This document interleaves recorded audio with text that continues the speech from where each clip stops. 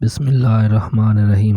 ایک شکاری نے کنڈی میں گوشت کی بوٹی لگا کر دریا میں پھینکی۔ ایک مچھلی اسے کھانے دوڑی۔ وہیں ایک بڑی مچھلی نے اسے روکا اور نصیحت کی کہ اسے منہ نہ لگانا، اس کے اندر ایک چھپا ہوا کانٹا ہے جو تجھے نظر نہیں آ رہا۔ بوٹی کھاتے ہی وہ کانٹا تیرے حلق میں چبھ جائے گا، جو ہزار کوششوں کے باوجود بھی نہیں نکلے گا۔ تیرے تڑپنے سے باہر بیٹھے شکاری کو اس باریک ڈوری سے خبر ہو جائے گی۔ تو تڑپے گی، وہ خوش ہوگا، اس باریک ڈور کے ذریعے تجھے باہر نکالے گا، چھری سے تیرے ٹکڑے کرے گا، مرچ مسالہ لگا کر آگ پر ابلتے تیل میں تجھے پکائے گا۔ 10-10 انگلیوں والے انسان 32-32 دانتوں سے تجھے چبا چبا کر کھائیں گے، یہ تیرا انجام ہوگا۔ بڑی مچھلی یہ کہہ کر چلی گئی۔ چھوٹی مچھلی نے دریا میں ریسرچ شروع کر دی۔ نہ شکاری، نہ آگ، نہ کھولتا تیل، نہ مرچ مسالہ، نہ 10-10 انگلیاں، نہ 32-32 دانتوں والے انسان، کچھ بھی نہیں تھا۔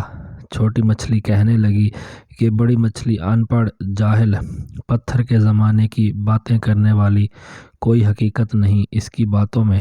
میں نے خود ریسرچ کی ہے، اس کی بتائی ہوئی باتوں میں کوئی بات بھی سچی نہیں۔ میرا ذاتی مشاہدہ ہے، وہ ایسے ہی سنی سنائی نام نہاد غیب کی باتوں پر یقین کیے بیٹھی ہے۔ اس ماڈرن سائنسی دور میں بھی پرانے فرسودہ نظریات لیے ہوئے ہے۔ چنانچہ اس نے اپنے ذاتی مشاہدہ کی بنیاد پر بوٹی کو منہ میں ڈالا، کانٹا چبھا، مچھلی تڑپی، شکاری نے ڈور کھینچ کر باہر نکالا۔ آگے بڑی مچھلی کے بتائے ہوئے سارے حالات سامنے آ گئے۔